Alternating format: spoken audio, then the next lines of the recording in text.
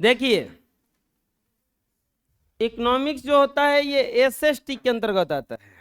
किसके अंतर्गत आता है? एसएसटी के अंतर्गत आता है। एसएसटी में 4 गो टर्म पढ़ना है। एसएसटी के अंतर्गत आता है। एसएसटी में आपको पढ़ना है ज्योग्राफी, पॉलिटी, हिस्ट्री और इकोनॉमिक्स। 4 गो किताब मिलाकर के एक एसएसटी है। और ये जो एसएसटी होता है ये पूरे 100 अंक का होता है, लेकिन इसमें से 20 अंक आप लोगों के स्कूल के पास है प्रैक्टिकल के रूप में। बाकी 80 अंक आप लोगों को परीक्षा देके लाना है। 80 अंक जो है वो एग्जाम के जरिए आएगा। बात समझ में आ रहा है? क्या करें हम? ये 100 में से 20 अंक किसके पास है? स्कूल के पास। 80 में से ये इतना सब बटा हुआ है 4 गो टर्म में। चारों टर्म हम लोग देखेंगे कि बारी बारी से इसको देखेंगे हम लोग। आज हम लोग चालू करेंगे इकोनॉमिक्स। पहले जो परीक्षा होता था उसमें 3 गो चीज था खाली, ज्योग्राफी, पॉलिटी और हिस्ट्री। और खुशी के बात एक और था कि ये पूरे 100 नंबर का होता था। मतलब हम जब परीक्षा दिए तो उस समय प्रैक्टिकल का 20 नंबर केवल साइंस में था, एसएसटी में नहीं। नया वाला में जब 2010 के बाद चेंज हुआ इसमें एसएसटी को भी क्या कर दिया? प्रैक्टिकल में डाल दिया उस समय। बढ़िया बात है एसएसटी को प्रैक्टिकल में डाला। इससे अच्छा बात यह है कि आपका अगर बढ़िया स्कूल में परफॉर्मेंस रहेगा तो 20 में से 20 भी मिल जाएगा, यानी कि 20 नंबर तो फिक्स है। तब बोलिएगा कि 10 नंबर लाएंगे पूरा में से तो पास हो जाएंगे ना। 80 का 30% उसमें लाना ही लाना है। हम लोग का पासिंग मार्क्स जो है 30% है, तो 80 का 30% यानी कि 24 नंबर आपको लाना ही लाना है। नहीं तो 24 से भी कम आता है एसएसटी में तो फेल हो जाइएगा वहां से। बात समझ में आ रहा है? वो प्रैक्टिकल का नंबर थ्योरी में नहीं जुड़ता है, थ्योरी में आपको उतना लाना ही लाना है, बाकी में 30 लाना रहता है। और एसएसटी और साइंस में 24 लाना रहता है। 24 पे पासिंग मार्क्स होता है, नहीं तो फेल हो जाइएगा फिर वहां से। चलिए हम लोग बारी बारी से देखेंगे। बहुत आसान है, आप लोग अंडरलाइन करते जाइएगा अगर डार्क पेन लाए होंगे तो। पहला चैप्टर है अर्थव्यवस्था एवं इसके विकास का इतिहास। कि ये जो अर्थव्यवस्था चालू कैसे हुआ था। पहला, भारतीय अर्थव्यवस्था का वर्तमान स्वरूप का कोई एक दिन का संरचना नहीं। ये जो हमारा अर्थव्यवस्था है ये एक दिन में नहीं बना है, ये बहुत दिनों, ये जो अर्थव्यवस्था है ये एक दिन का प्रभाव नहीं है।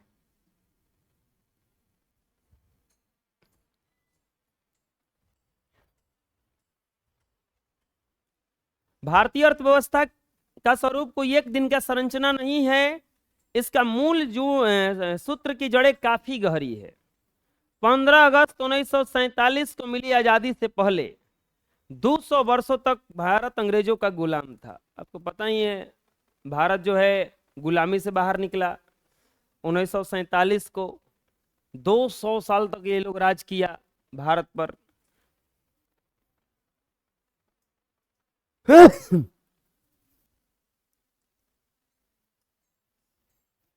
उस समय भारत को सोने की चिड़िया कहा जाता था, लेकिन इस सोने की चिड़िया, अंग्रेजी शासन ने इस सोने की चिड़िया का भरपूर शोषण किया और जमकर लूटा। वो लोग शासन नहीं किया, लूटपाट ज्यादा किया। वो लोग जानता था कि एक दिन विद्रोह भड़केगा और हम लोगों को इस देश को छोड़ के जाना होगा। आप किसी ऐसे जगह पे जाते हैं जहां से पता है आपको कि भगाया जाएगा, तो आप क्या करते हैं? आप ज्यादा से ज्यादा वहां से सामान उठाने का प्रयास करते हैं, कि उठाते भी हैं और भेजते भी हैं कि ले ले भाई तू ले जो, हम पीछे से आई बाद में लेके सब कुछ। वैसे ही किया वो लोगों ने। आजादी के समय भारतीय अर्थव्यवस्था का सामाजिक, आर्थिक, राजनीतिक, सांस्कृतिक पुनरुत्थान कर दुनिया एक अग्रणी अर्थव्यवस्था को प्रस्तुत करना हमारे निर्धारित नीति निर्धारकों के सामने चुनौती थी। जब देश आजाद हुआ तो आजादी के समय आपको क्या पता है, आज बिजली हर गांव में पहुंच गया।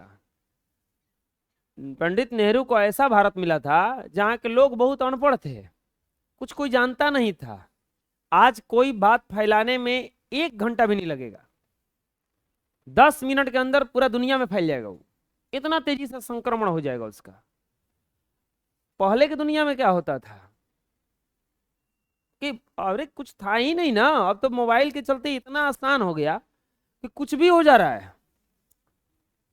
आपके पास फोन नंबर ना हो, केवल नेटवर्क हो तो आप किसी से बात कर सकते हो, क्योंकि ऐसा ऐसा एप्लीकेशन है उससे।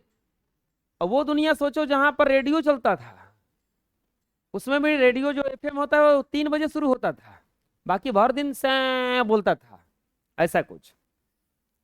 लाइट नहीं था तो उस समय इतना आसान थोड़े ना सब कुछ सुधारना। आज देखा जाता है सबका कमाई बढ़ गया, तो कमाई बढ़ने का कारण भी है, व्यवस्था बढ़ा है, सब कुछ बढ़ा है एक साथ।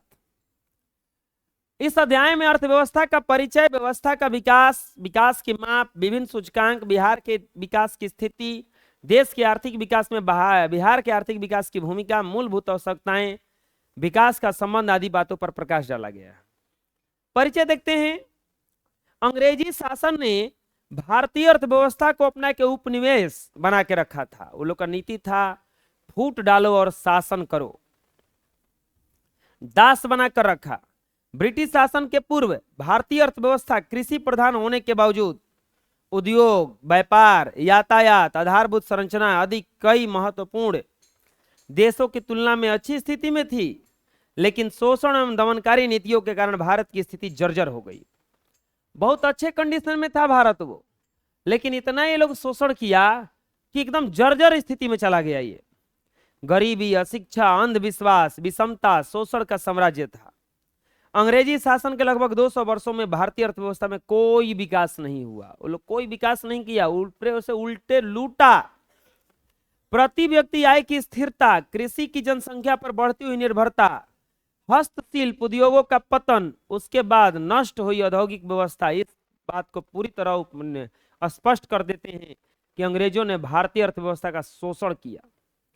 सब कुछ तहस नहस था। उपनिवेश का मतलब क्या होता है?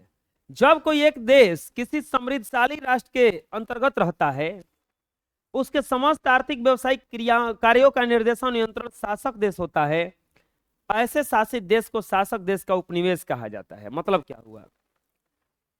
आप जैसे दूसरा देश किसी देश पर जाके कब्जा कर लिया, सब कुछ वही कर रहा है, वहां का हर चीज का उपयोग वही कर रहा है। अपितु अगर हम लोग को भी उपयोग करना है अपने देश में, वो कहे हैं भारत माता में, भारत माता ग्रामवासिनी में, कि हम लोग अपने ही देश में प्रवासी बन के रह रहे हैं। अपने ही वस्तु का यूज करने के लिए उन लोगों से पूछना पड़ता है कि इसको यूज कर लें, तो वो उतना बना के रखा था ये लोग। अब देखते हैं उसी को कहा जाता है उपनिवेश। अर्थव्यवस्था का अर्थ क्या है? हम अपने दैनिक जीवन में देखते हैं प्रायः सभी लोग अपनी आजीविका अर्जन के लिए भिन्न भिन्न प्रकार की क्रियाओं में लगे रहते हैं। अर्थव्यवस्था का मतलब क्या है? ऐसा व्यवस्था जिसे कुछ पैसा आए, उसी को कहा जाता है अर्थव्यवस्था। अर्थ मतलब होता है पैसा, अव्यवस्था मतलब कि उपाय करना। जिस व्यवस्था से कुछ उपाय कीजिए कि कुछ धन कमाया जा सके, कुछ पैसा कमाया जा सके, उसी को क्या कहा जाता है? अर्थव्यवस्था। जैसे किसान खेती करते हैं, मजदूर कल कारखानों में काम करते हैं, शिक्षक स्कूल कॉलेजों में पढ़ाते हैं, वकील कोर्ट कचहरी में अपना कार्य में लगे रहते हैं, ये सब अपने कार्य में कर लगते हैं। तो जितना भी क्रिया जिससे हमें पैसा प्राप्त हो उसको आर्थिक क्रिया कहते हैं। अर्थव्यवस्था एक ऐसा ढांचा है जिसके अंतर्गत विभिन्न प्रकार की आर्थिक क्रियाएं संपादित की जाती है। जैसे कृषि, गांव देहात में चले जाइए, अर्थव्यवस्था का मूल स्रोत है कृषि। वो लोग खेती करना बस जानता है, बाकी बहुत कम ही कुछ आता है। उद्योग, व्यापार, बैंकिंग, परिवहन, संचार, ये आर्थिक क्रियाएं एक ओर तो विभिन्न प्रकार की वस्तुएं सेवाओं का संपादन करती हैं और दूसरी ओर लोगों के रोजगार का अवसर प्रदान करती हैं ताकि आवश्यकताओं की संतुष्टि हेतु देश में उत्पादित सेवाओं का क्रय किया जा सके। अर्थव्यवस्था दो प्रमुख कार्य संपादित करती है। पहला, लोगों की आवश्यकताओं की संतुष्टि के लिए भिन्न भिन्न वस्तुओं और सेवाओं का उत्पादन करती है, लोगों के रोजगार का अवसर प्रदान करती है। अर्थव्यवस्था, जैसे कि आप कोई भी काम करने जाइए, जैसे आसान भाषा में ले लेते हैं, एक ऑटो वाला ऑटो चला रहा है, क्या आपके लिए चला रहा है कि अपने लिए चला रहा है? चला तो अपने लिए रहा है, लेकिन अब दो फायदा हुआ, एक तो उसको पैसा मिल गया और दूसरा हम लोगों को सुविधा मिल गया। हम लोगों को यहां से वहां जाने के लिए उसमें बैठना है, कुछ पैसा देना है, वो क्या करेगा? पहुंचा देगा। दोनों लोगों को फायदा हुआ ना, दोनों लोगों को फायदा हुआ। अब देखो, अब उसको चलाने के लिए रोड बनाना जरूरी है, सरकार को भी को काम मिल गया कि रोड बनाना है, रोड बना के सरकार टैक्स वसूलेगा। रोड जब बनाने जाएगा तो सरकार का, अब नीतीश कुमार आके गिट्टी बालू बिछाएंगे ऊपर? ऐसा थोड़े ना होगा। मजदूर लगाएंगे, मजदूर को भी काम मिल गया। मजदूर आया तो मजदूर का पैदले आएगा, मान लो कि पटना से मजदूर आना है, पैदले आएगा, वो ट्रेन में बैठ के आया, ट्रेन में बढ़ा काम। ऐसे ही एक तरह से एक काम करने के चक्कर में ढेर सारा काम होता रहता है। नहीं समझ में आया? काम एक करने गए थे, अब नॉर्मली हम पढ़ा रहे हैं, यहाँ पे पढ़ाने के लिए बिजली हमको लेना पड़ा, बिजली वाले को काम मिला, बोर्ड लेना पड़ा, बोर्ड वाले का काम मिला, माइक लेना पड़ा, माइक वाले को काम मिला, बहुत सारा बेंच बनवाए, बेंच वाले को काम मिल गया। तो ढेर सारा एक तरह से क्या हो गया, यहाँ पे जुड़ा हुआ है सबसे। तो ये क्या करता है? लोगों की संतुष्टि के लिए भिन्न भिन्न वस्तुओं का उत्पादन करता है और लोगों को रोजगार का अवसर प्रदान करता है। सबको रोजगार तो लगभग मिल जाता है। अब कुछ कुछ अर्थशास्त्री ने अर्थव्यवस्था को परिभाषित किया है। क्या परिभाषित किया है? जैसे आर्थर लेविस के अनुसार अर्थव्यवस्था का अर्थ किसी राष्ट्र के संपूर्ण व्यवहार से होता है जिसके आधार पर मानवीय आवश्यकताओं की संतुष्टि के लिए संसाधनों का प्रयोग करता है। ब्राउन के अनुसार अर्थव्यवस्था जीविका अर्जन की एक प्रणाली है। दूसरे शब्दों में अर्थव्यवस्था ऐसी क्रियाओं का एक संगठन है जिसके अंतर्गत लोग कार्य करके अपनी क्या करते हैं? आजीविका चलाते हैं। सब कोई ये जीविका चला रहा है अपना। जीविका मतलब रोजी रोटी, रोजगार चला रहा है अपना। संक्षेप में अर्थव्यवस्था समाज की सभी आर्थिक क्रियाओं का क्या है? योग है। इसी प्रकार बिहार की अर्थव्यवस्था का अर्थ बिहारवासी के संपूर्ण आर्थिक क्रियाओं के अध्ययन से है। अब समझते हैं अर्थव्यवस्था का संरचना या ढांचा। अर्थव्यवस्था की संरचना का मतलब विभिन्न विभिन्न उत्पादन क्षेत्रों के विभाजन से है। अर्थव्यवस्था में विभिन्न प्रकार की आर्थिक क्रियाएं संपादित की जाती है, जैसे कृषि, उद्योग, व्यापार, बैंकिंग, बीमा, संचार। इन क्रियाओं को मोटे तौर पर 3 भागों में बांटा गया है। दुनिया में जितना भी काम है जिससे पैसा आए उसको 3 भागों में बांटा गया। कौन कौन सा? प्राथमिक क्षेत्र, द्वितीयक क्षेत्र, तृतीयक क्षेत्र। प्राथमिक क्षेत्र, द्वितीयक क्षेत्र और तृतीयक क्षेत्र। प्राथमिक क्षेत्र क्या है, द्वितीयक क्षेत्र क्या है, तृतीयक क्षेत्र क्या है? एक चार्ट बनाया हुआ है यहाँ पे कि प्राथमिक क्षेत्र में जैसे कृषि आ जाएगा, पशुपालन, अगर आप मुर्गी पालन करते हैं, मछली पालन करते हैं तो आप कौन से क्षेत्र में चले गए? पशुपालन क्षेत्र में, प्राथमिक क्षेत्र में चले गए। कृषि अगर कर रहे हैं, खेती कोई कर रहे हैं, वो कौन से क्षेत्र में है? वन, जंगल वंगल उगा रहे हैं, पेड़ कट रहे हैं, ये प्राथमिक क्षेत्र। मछली पालन। द्वितीयक क्षेत्र में अगर जाइएगा तो या तो आप उद्योग लगाइएगा, इंडस्ट्री, नहीं तो निर्माण में जाइएगा, नहीं तो गैस में बिजली। और तृतीयक क्षेत्र में नौकरी जब आपका लगेगा, नौकरी, तो आपको तृतीयक क्षेत्र में गिना जाएगा। कौन से क्षेत्र में गिना जाएगा? अब बताइए, एक किराना दुकान कोई चला रहा है, वो कौन से क्षेत्र में है? द्वितीयक क्षेत्र में है। वो उद्योग लगाया है, बिजनेस किया है। अगर कोई ठेला लगा के समोसा भी बेच रहा है तो वो भी कौन सा क्षेत्र में है? द्वितीयक क्षेत्र में है। खेती किया, मुर्गा पालन कर लिया, बकरी पालन कर लिया, गाय पास लिया, गाय पोस लिया, तो ये सब कौन सा है? प्राथमिक क्षेत्र है। कोई भी दुनिया में नौकरी अगर कर लिया तो कौन सा क्षेत्र में चला जाएगा? बात समझ में आ गया? कितने क्षेत्र में बांटा गया है? प्राथमिक क्षेत्र को कृषि क्षेत्र भी कहा जाता है। इसमें कृषि, पशुपालन, मछली पालन, जंगलों से वस्तु प्राप्त करना व्यवसाय आता है। द्वितीयक क्षेत्र को औद्योगिक क्षेत्र कहा जाता है। इसके अंतर्गत खनिज व्यवस्था, निर्माण कार्य, जन उपयोगी सेवाएं, गैस, बिजली आदि उत्पादन आते हैं। तृतीयक क्षेत्र को कहा जाता है सेवा क्षेत्र। इसके अंतर्गत बैंक एवं बीमा, परिवहन, संचार, व्यापार आदि सम्मिलित होती है। ये क्रियाएं प्राथमिक एवं द्वितीयक क्षेत्र को सहायता प्रदान करती है, इसीलिए सेवा क्षेत्र कहा जाता है। अब देखो यहां पे दिया हुआ है भारत के 1901 में तृतीयक क्षेत्र का कितना योगदान था, द्वितीयक क्षेत्र का कितना था और प्राथमिक क्षेत्र का कितना था। 1901 में देखा जाए कृषि से 63.6% आय प्राप्त होता था। वहीं 1947 में 58.7 और 2007 में 22% हो गया। हम लोग किस क्षेत्र में ज्यादा भाग रहे हैं? तृतीयक क्षेत्र में, नौकरी पेशा में।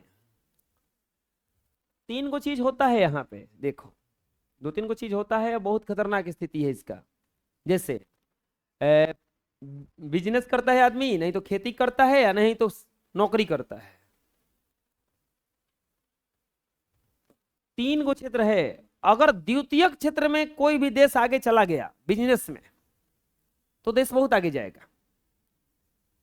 द्वितीयक क्षेत्र ही ज्यादातर आपको बढ़ा पाएगा।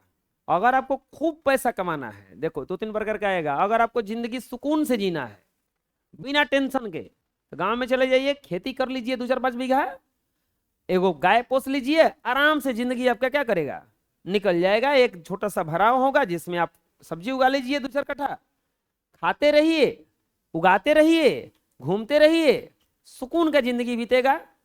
अगर आप चाहते हैं कि हम थोड़ा शहर में रहें लेकिन पैसों की टेंशन ना हो, तब आपको करना पड़ेगा नौकरी, क्योंकि उसमें सैलरी हमेशा क्रिएटेड होता रहेगा।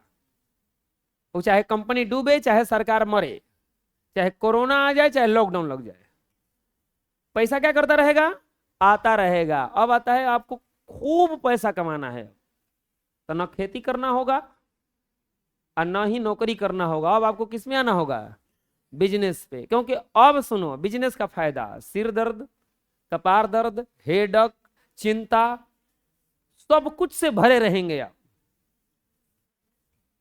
तन की टेंशन नहीं होता है।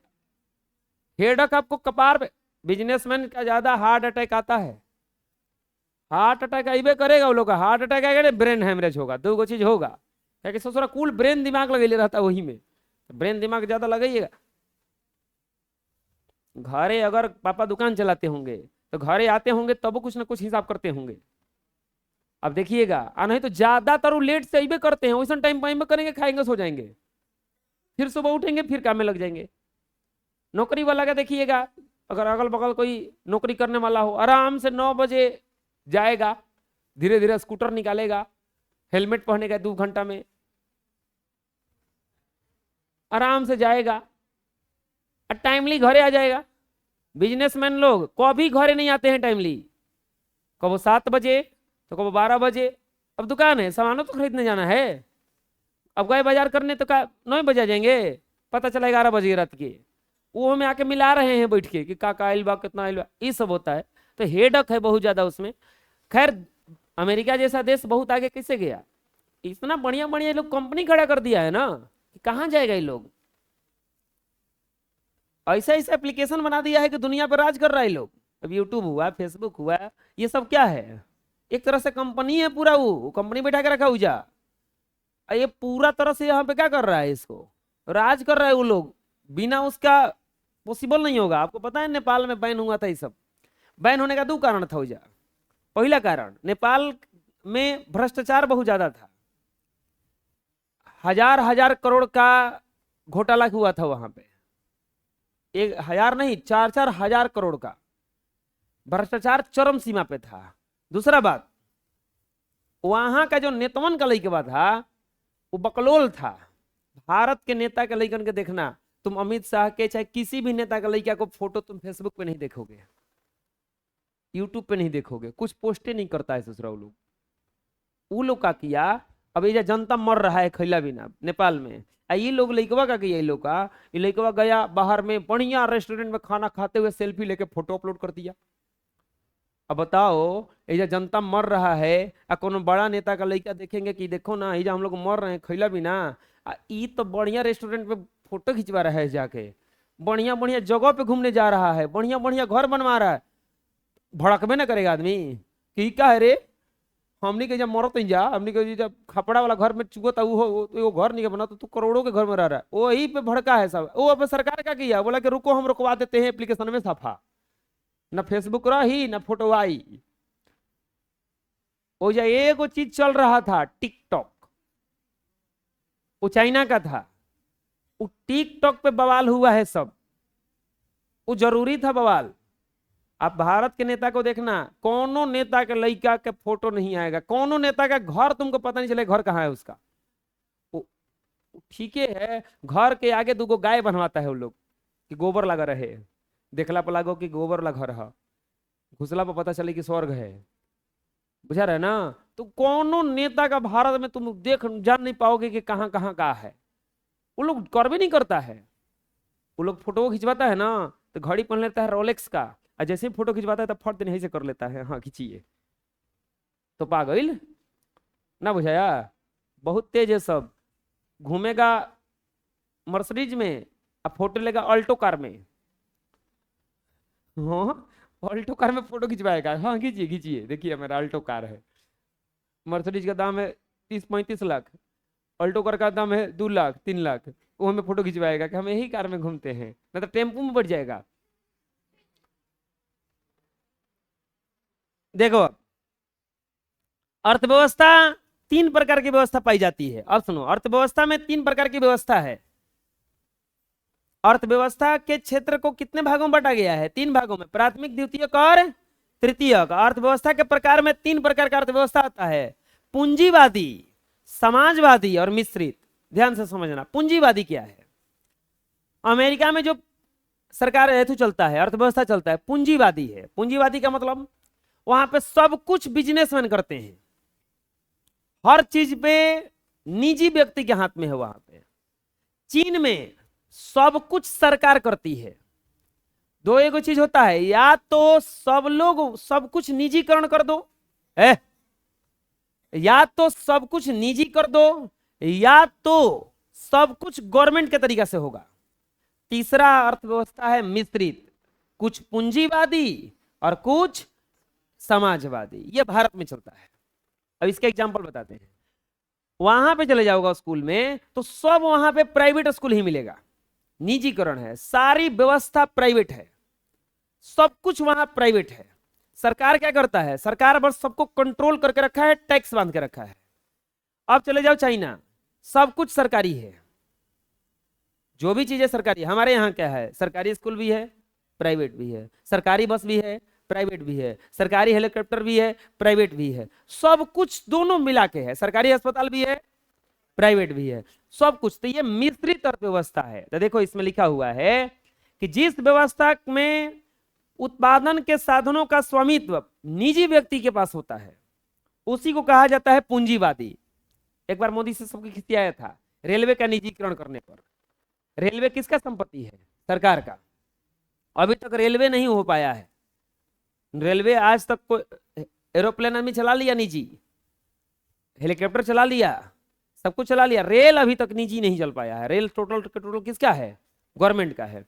तो वहां पे ऐसा कुछ नहीं है, वहां पे किसी न किसी की निजी संपत्ति है। समाजवादी में उत्पादन के साधनों का स्वामित्व संचालन सरकार के पास है, जैसे चीन, क्यूबा आदि देशों में समाजवादी अर्थव्यवस्था है। और मिश्रित पूंजीवादी तथा समाजवादी अर्थव्यवस्था का मिश्रण है। मिश्रित अर्थव्यवस्था वह है जहां उत्पादन के साधनों का स्वामित्व निजी व्यक्ति के पास होता है। भारत में यह व्यवस्था है।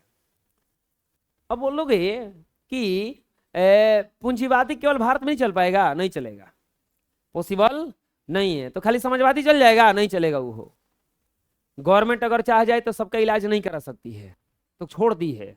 कुछ का इलाज हाँ सरकारी में होता है, कुछ का इलाज प्राइवेट में हो जाता है। गवर्नमेंट चाह जाए तो हर बच्चे को सरकारी स्कूल में नहीं पढ़ा सकती है। तो क्या की है? जिसको सरकारी में पढ़ना है सरकारी में जाओ, जिसको प्राइवेट में पढ़ना है किसी को कोई रोक छेक नहीं है। ऐसा होता है कि प्राइवेट स्कूल में कभी छापा पड़ा, आप काहे चला रहे हैं, नहीं होता है। क्या नहीं होता है? क्योंकि कोई रोक छेक नहीं है, आप चलाना है चलाइए। निजी हाँ रूल रेगुलेशन बस फॉलो कर लीजिएगा, जो रूल रेगुलेशन है उसको चलाते रहिए। अर्थव्यवस्था का विकास का लंबा इतिहास है। अर्थव्यवस्था का विकास एक पौधे के विकास की तरह होता है। जिस तरह एक पौधे का विकास होते जाता है, परिपक्वता उसी उसके डाली फल का उपयोग मानव हित में होता है, उसी प्रकार अर्थव्यवस्था आदिम काल से अब तक विकास हुआ है। अर्थव्यवस्था में हुए परिवर्तनों को हम विकास की कहानी कह सकते हैं। जैसे अर्थव्यवस्था विकास की किसी एक समय की चमत्कारिक की स्थिति नहीं, इसका एक अपना एक इतिहास है। अर्थव्यवस्था के विकास के लिए हम दो स्थितियों की विवेचना करेंगे जो पारस्परिक सहयोगी है, आर्थिक विकास, मौद्रिक विकास। सबसे पहले हम आर्थिक विकास की चर्चा करेंगे। इसके लिए जान लेना है आर्थिक विकास क्या है। इसके लिए अलग अलग परिभाषा दिया गया है आर्थिक विकास का। जैसे प्रो रोस्ट्रो के अनुसार आर्थिक विकास एक और श्रम शक्ति में वृद्धि और दूसरी ओर जनसंख्या के वृद्धि के बीच का संबंध है।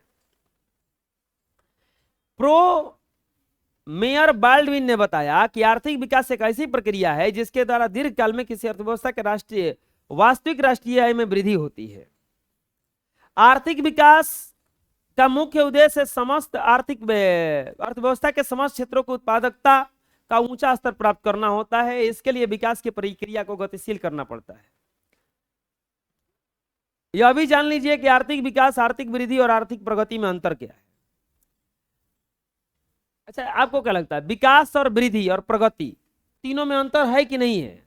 देखने में तीनों एक जैसा लगता है, लेकिन तीनों एक जैसा नहीं है। कैसे? क्या करें? श्रीमती उर्सला हिक्स के अनुसार वृद्धि शब्द का प्रयोग आर्थिक दृष्टि से विकसित देशों के संदर्भ में किया जाता है और विकास शब्द का प्रयोग विकासशील अर्थव्यवस्था के संदर्भ में किया जाता है। जैसे अब देखो, वृद्धि का मतलब है आप पहले से ही धनी मनी है और आपके धन में अगर बढ़ोतरी होती है तो इसको वृद्धि कहा जाएगा। क्या कहा जाएगा? वृद्धि।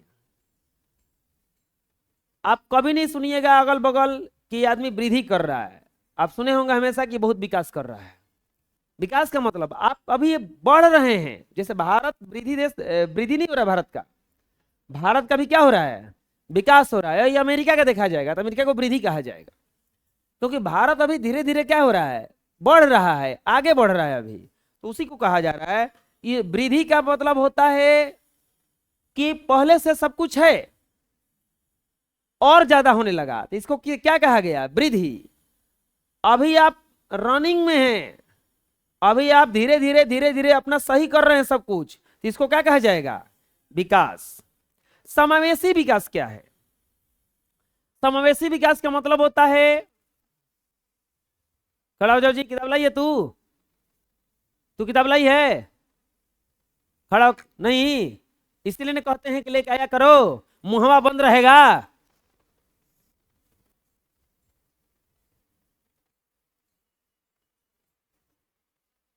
खाली घर में शैतान बसता है, ऐसे खाली बैठे रहोगे तो मुंह बकबक करता रहेगा। तुम ही लोग बकबक करो, तू ही, हम चुप हो जाएं।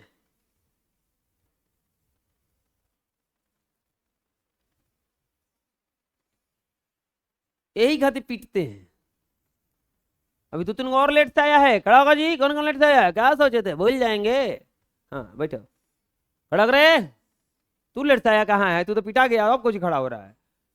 हाँ, लाया किताब है?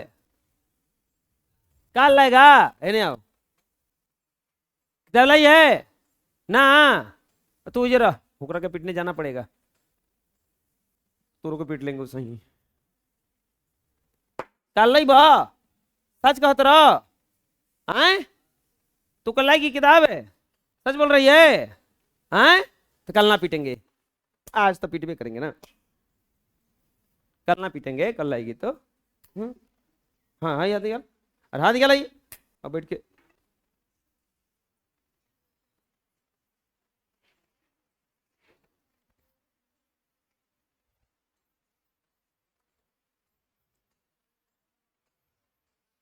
अनताज दूध बत्ती पिटाइए गया है।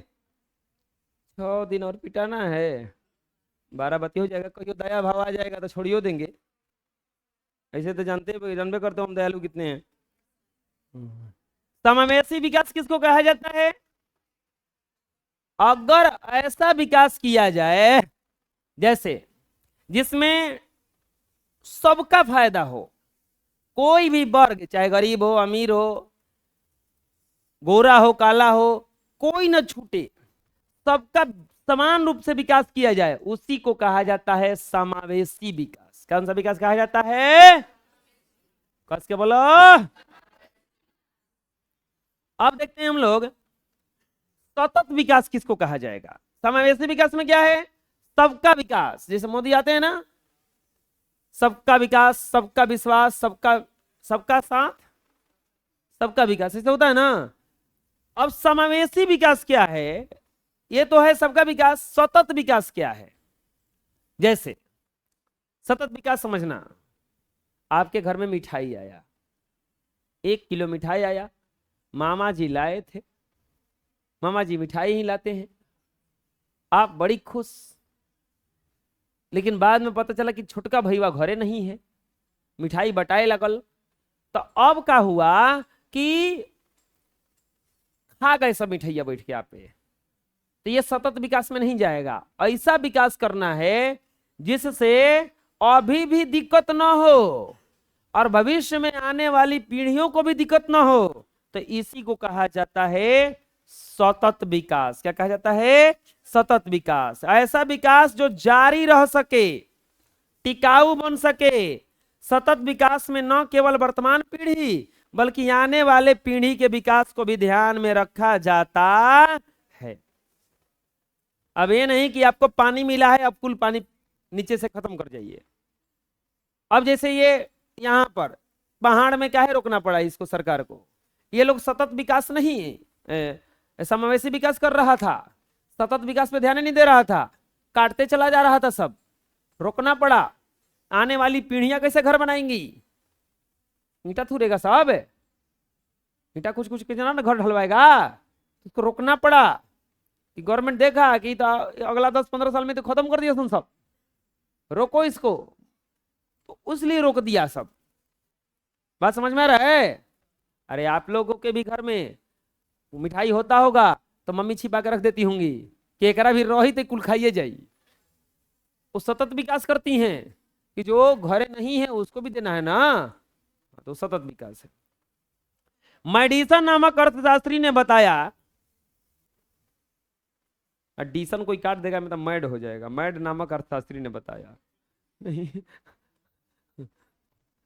हाँ से एडिशन काट दो, मैड हो जाएगा। मैड नामक अर्थ नहीं, मेडिसन नामक अर्थशास्त्री ने बताया कि धनी देशों का आय बढ़ता हुआ आर्थिक वृद्धि और निर्धन देशों का आय बढ़ता हुआ आर्थिक विकास का सूचक होता है।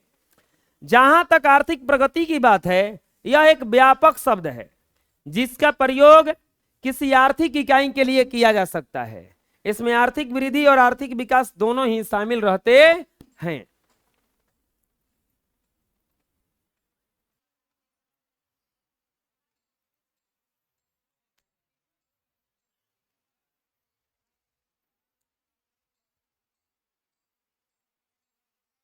देखो, आर्थिक प्रगति के स्थान पर आर्थिक विकास और आर्थिक विकास वृद्धि शब्दों का प्रयोग होता है। इसमें कोई खास अंतर नहीं है।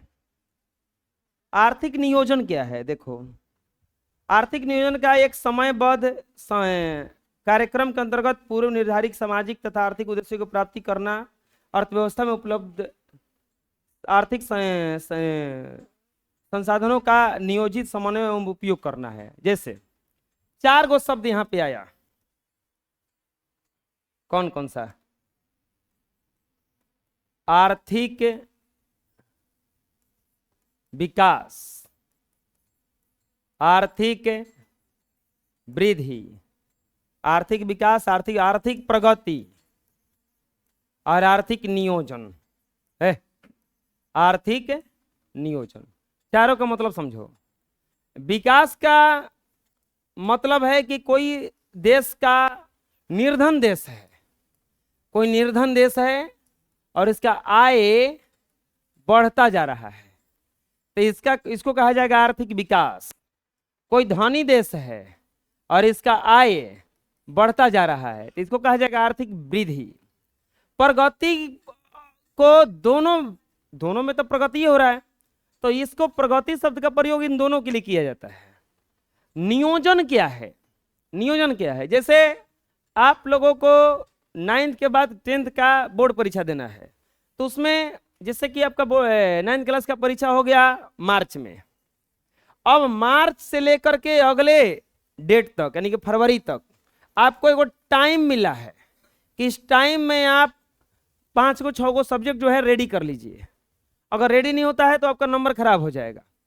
तो ये एक निश्चित समय में निश्चित चीज को पूरा करना है। अनलिमिटेड टाइम तो मिला नहीं है कि बहुत ज्यादा टाइम है। जैसे हम रोज 2 घंटा आप लोग को टाइम देते हैं कि 2 घंटा आप लोग को पढ़ाएंगे तो एक निश्चित समय दिया गया है। तो इसी चीज को कहा जाता है आर्थिक नियोजन। एक निश्चित समय में सब कुछ पूरा करना जिससे सब फायदा हो जाए, जिससे सब कुछ सही से चलता रहे, इसी को क्या कहा जाता है? आर्थिक नियोजन कहा जाता है। भारत में योजना आयोग है जो आने वाले 5 वर्षों के लिए आर्थिक विकास की योजना बनाता है। भारत में नियोजन का काम जो करता है वो कौन करता है? योजना आयोग। योजना आयोग का गठन 15 मार्च 1950 को हुआ था। ये ऑब्जेक्टिव कई बार आया है कि योजना आयोग का गठन कब हुआ था? 15 मार्च 1950 को हुआ था। इसके पदेन अध्यक्ष प्रधानमंत्री होते हैं। योजना आयोग का जो जितना भी समझ लो योजना जो केंद्र सरकार की तरफ से आता है वो सबका मेन आदमी कौन है? प्रधानमंत्री हैं। योजना आयोग के तत्कालीन अध्यक्ष पंडित जवाहरलाल नेहरू हैं और वर्तमान में कौन है? बोलो। मनमोहन सिंह कहां से हो गए? नरेंद्र मोदी है ना। ये किताब जब छपा होगा उस समय मनमोहन सिंह होंगे तो मनमोहन सिंह लिख दिया, लेकिन अभी जो अध्यक्ष हैं वो कौन है? नरेंद्र मोदी। योजना आयोग के शब्दों में आर्थिक नियोजन का अर्थ राष्ट्र की प्राथमिकताओं के अनुसार देश के संसाधनों का विभिन्न विकासात्मक कार्यों में प्रयोग करना है। अर्थात economic planning means utilization of country's resources into different development activities according to national priorities. Bharat अभी तक 10 पंचवर्षीय योजना को पूरा कर चुका है। 11वीं पंचवर्षीय योजना का विकास कर रहा है। भारत में पहली पंचवर्षीय योजना 1951 से 56 थी और 11वीं पंचवर्षीय योजना 2007 से 2012। भारत में आर्थिक विकास का श्रेय नियोजन को दिया जा सकता है। जो असली नियोजन, ये जो लिमिट बांध के किया गया इतना टाइम में ये काम कर लेना है, यही असली विकास को दर्शाया। योजना भारत में योजना आयोग का गठन 15 मार्च 1950 को किया गया। इसके पदेन अध्यक्ष प्रधानमंत्री होते हैं। सामान्यतः कामकाज की एक उपाध्यक्ष के रेख में होता है जिसकी सहायता के लिए 8 अध्यक्ष होते हैं। अब आता है राष्ट्रीय विकास परिषद। भारत में राष्ट्रीय विकास का गठन 6 अगस्त 1952 को किया गया। इसका गठन आर्थिक नियोजन हेतु राज्यों एवं सरकार के बीच योजना आयोग के बीच तालमेल सहयोग वातावरण बनाने के लिए किया गया था। राष्ट्रीय विकास परिषद में सभी राज्यों के मुख्यमंत्री पदेन अध्यक्ष होते हैं, पदेन सदस्य होते हैं। प्रत्येक पंचवर्षीय योजना बनाने का कार्य योजना आयोग का है। अंत में राष्ट्रीय विकास परिषद द्वारा अनुमोदित होती है। देखिए होता क्या है। अब एक बना योजना आयोग, पहला बना योजना आयोग, ठीक उसके बाद में बनाया गया राष्ट्रीय विकास परिषद। अब सुनना ये क्यों बनाया गया राष्ट्रीय विकास परिषद। हम लोगों का जो हम लोग जब पॉलिटिकल साइंस पढ़ेंगे तो हम लोगों का जो तंत्र है वो बहुत क्षेत्रों में बटा हुआ है। जैसे वो गाना आया था कि बबुआ हमार लागे डीएम हुई है ना पीएम हुई है ना ना ना ना सीएम हुई है ना तो डीएम हुई है, ऐसा कुछ आया था ना। तो उसमें गाना में गायक बताया था कि सबसे ऊपर कौन होता है? पीएम, नीचे कौन होता है? सीएम। अब हम लोगों में जो शासन व्यवस्था है दोहरी है।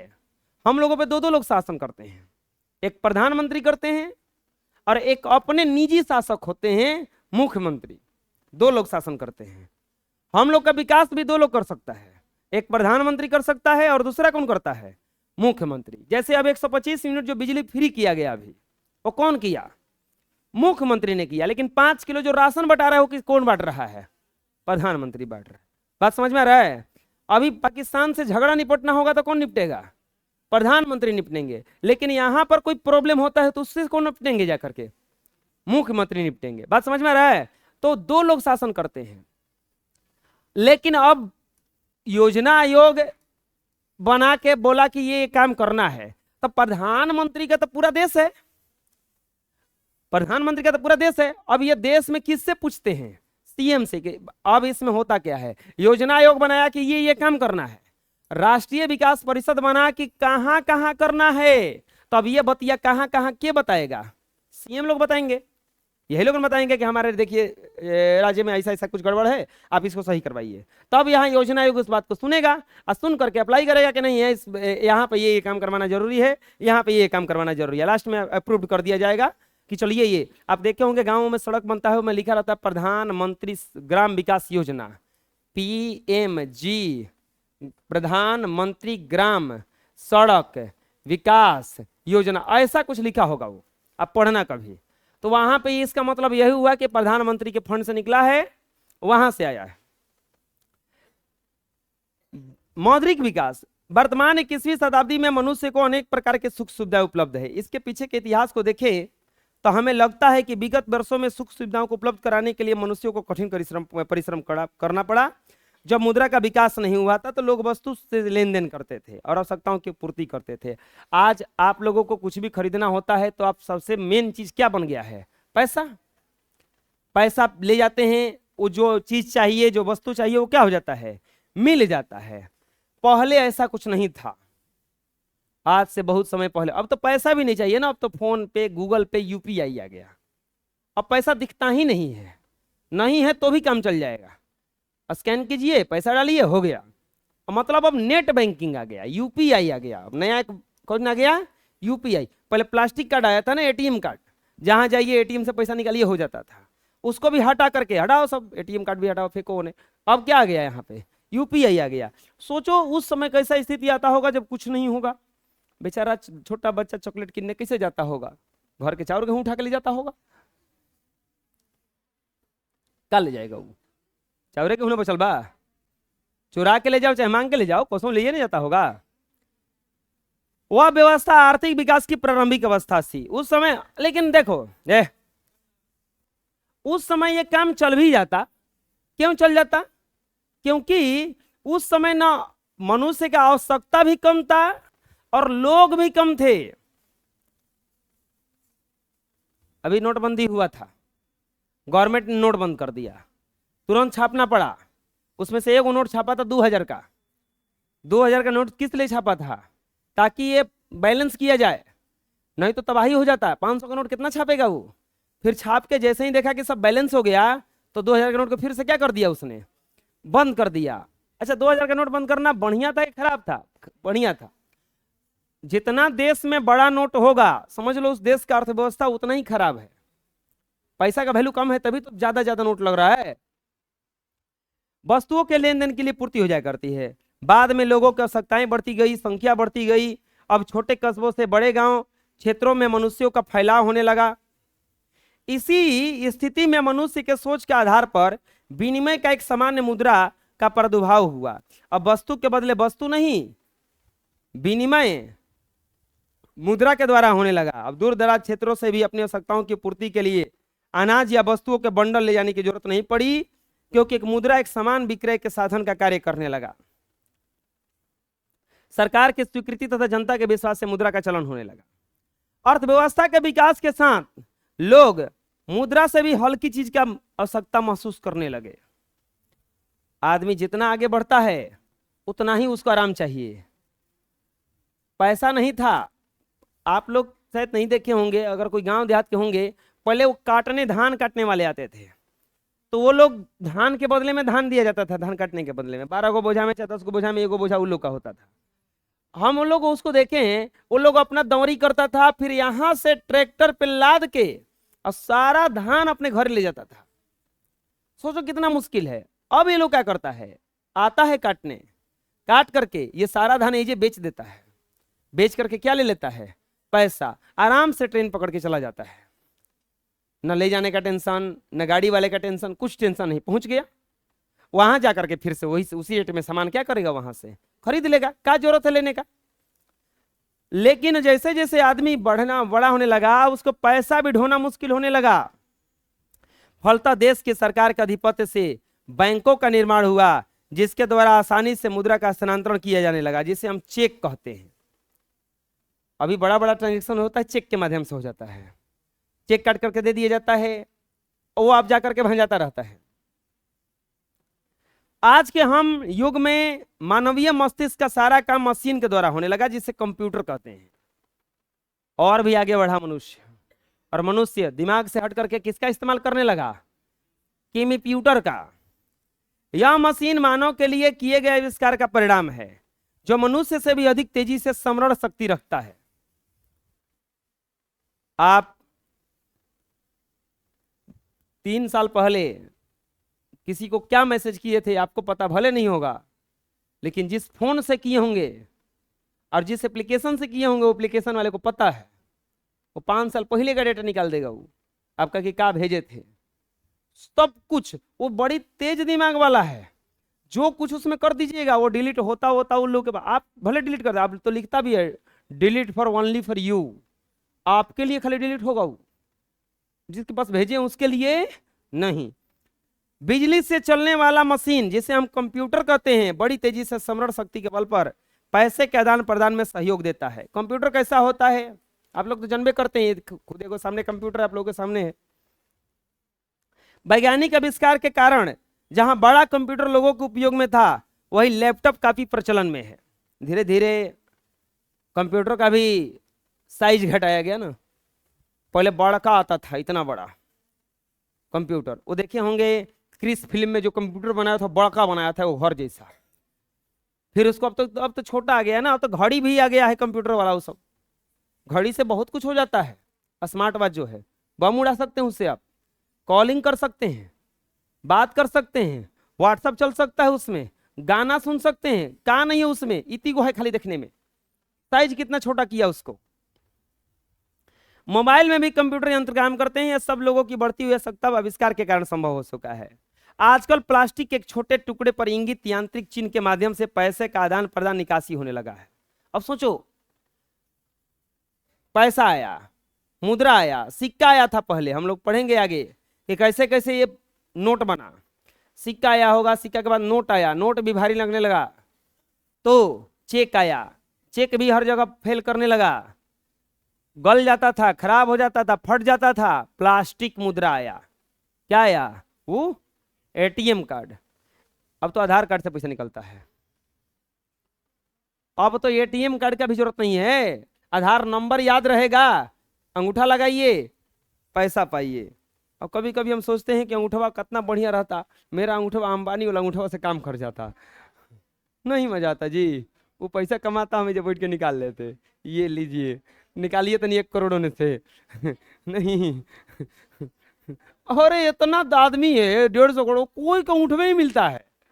हमारा ऊँटवा कोनो से नहीं मिलता है, तू लोग को मिलता है कौन के पता नहीं। भगवान जी को रिश्वत देना पड़ेगा कि तनी अंबानी वाला ऊँटवा हमें चिपका दीजिए। नहीं, अच्छा मोनू, तुम्हारा अंगूठा मिलाना रहता तो किसे मिलाता? हमरा भी कोची है मूर्ख लड़की। हाँ बता रहे मनुआ, अंबानी से तोर ओकरे पर नजर है का? एगो आदमी हंस रहा था, किसी पर हंस रहा था, तो बोला कि अरे भाई देख, जेकरा पे हंसेगा ना तो वो करे जैसन बन जाएगा, जेकर नाम लेकर हंसेगा। वो हंसने लगा, हा हा हा, ये अंबानी। वो अंबानी का नाम ले रहा, हम अंबानी जैसे बन ही जाएंगे। एगो घर लड़की जन्म ली तो ना, एगो लड़की जन्म ली तो एगो दोस्त बोला भाई तोरा घर लक्ष्मी आई है, तो बोला हाँ भाई लक्ष्मी आई है, 2-3 गो और हो जियो न, हम अंबनिया के फेल कर देब। टेंशन मत ले, उतना लक्ष्मी आ जियो सन, अंबनिया के फेल करब हम, अब लक्ष्मी आई है।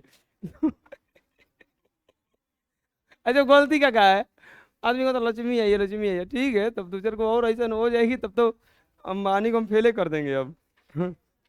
कहाँ थे जी? हाँ, लेन देन करता है।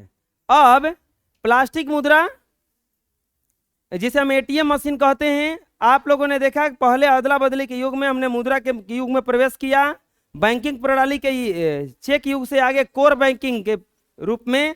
एटीएम के अलावा हमें डेबिट कार्ड, क्रेडिट कार्ड की भी सुविधा उपलब्ध है।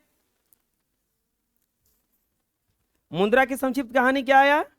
तो वस्तु विनिमय, मौद्रिक प्रणाली, बैंकिंग प्रणाली, कोर बैंकिंग प्रणाली, ATM, debit card, credit card.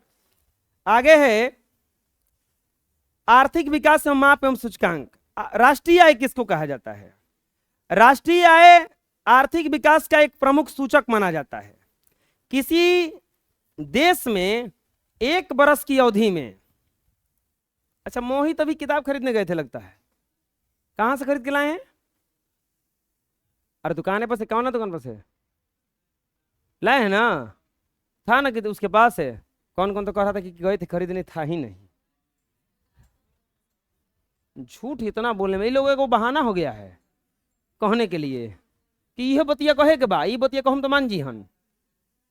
काल सासाराम जाओ, पटना चले जाओ, बिहार बोर्ड में जाके बोलो किताब दीजिए, कल किताब लेके आना। राष्ट्रीय आय को आर्थिक विकास का एक प्रमुख सूचक माना जाता है। किसी देश में एक बरस की अवधि में उत्पादित वस्तुओं एवं सेवाओं के मौद्रिक मूल्य के योग को राष्ट्रीय आय कहा जाता है। कोई भी देश एक साल में जितना कमा लेता है उसी को क्या कहा जाता है? राष्ट्रीय आय। जिस देश का राष्ट्रीय आय अधिक होता है वो विकसित देश कहलाता है, और जिस देश का राष्ट्रीय आय कम होता है वो अविकसित कहलाता है। क्या कहलाता है? अविकसित कहलाता है। अब आता है प्रति व्यक्ति आय। समझना यहां पे राष्ट्रीय आय क्या है? अलानी जी, राष्ट्रीय आय क्या है? राष्ट्रीय आय क्या है समझना। कोई भी देश एक बरस में जितना अपना वस्तु का उत्पादन कर लिया, कमा लिया, उसी को क्या कहा जाता है? राष्ट्रीय आय कहा जाता है। उसी को क्या कहा जाता है? राष्ट्रीय आय। प्रति व्यक्ति क्या है? अब मान लो एक फैमिली है जिसमें 10 लोग रहते हैं, और उस फैमिली का प्रति पूरा जो वेतन है एक महीने का चाहे एक साल का, मान लो 1 लाख रुपया है। 1 लाख रुपया ये लोग साल भर में कमा लेते हैं। अब यहां से आएगा पीसीआई, प्रति व्यक्ति आय, पर कैपिटल इनकम। तो 1 लाख में इकाई, दहाई, सैकड़ा, हजार, 10,000, लाख। 1 लाख में जब 10 ले भागा दीजिएगा तो कितना आएगा? 10,000। यही है पीसीआई। पूरा राष्ट्रीय आय में देश का जनसंख्या से जब हम लोग भागा देंगे तो बोलिएगा कि उसमें तो ढेर लोग कमाता नहीं होगा। बिल्कुल सही है, कमाए या चाहे न कमाए, उसके जनसंख्या से भागा देंगे, चाहे स्त्री हो या चाहे पुरुष हो, उसी को कहा जाता है पर कैपिटल इनकम, प्रति व्यक्ति आय। एक बात जान लो, किसी भी देश में प्रति व्यक्ति आय अगर बढ़ गया तो राष्ट्रीय आय ऑटोमेटिक क्या हो जाएगा? बढ़ जाएगा। और सोचो घर के 10 लोग हैं, अगर एगो कमाता होगा खाली, मान लो कि चाहे दूगो मिलके साल भर में 1 लाख रुपए बचा लेता है। सपोज दैट, सोचो वो 10 मिलके सब 10 अगर 1 लाख बचाए साल भर में, तो अब उस घर का आय कितना हो गया? 1 साल का 10 लाख हो गया। तो जब सब लोग काम करेंगे तब ना बढ़ेगा। विश्व बैंक की रिपोर्ट के अनुसार 2006 के अनुसार जिन देशों के 2004 में प्रति व्यक्ति आय 4,53,000 प्रति वर्ष अधिक है वो समृद्ध देश में, और जिनका 3,700 रुपये है, इससे कम है, वो निम्न आय वाला देश कहा गया। भारत का आय निम्न देशों में आता है क्योंकि 2004 में भारत का आय प्रति व्यक्ति आय जानते कितना था? 28,000। 2004 में जब सरकार बना था मनमोहन सिंह का, तो उस समय भारत का पीसीआई जो था, प्रति व्यक्ति आय कितना था? केवल 28,000। 28,000 साल भर में पूरा भारत का आदमी कमाता पाता था। अब वही देश में देखा जाए, पंजाब का आय 26,000, पंजाब का राज्य का देखा जाए 26,000 एक आदमी कमाता है साल भर में। केरल में 22,800। अब अपना आया प्यारा बिहार 5700,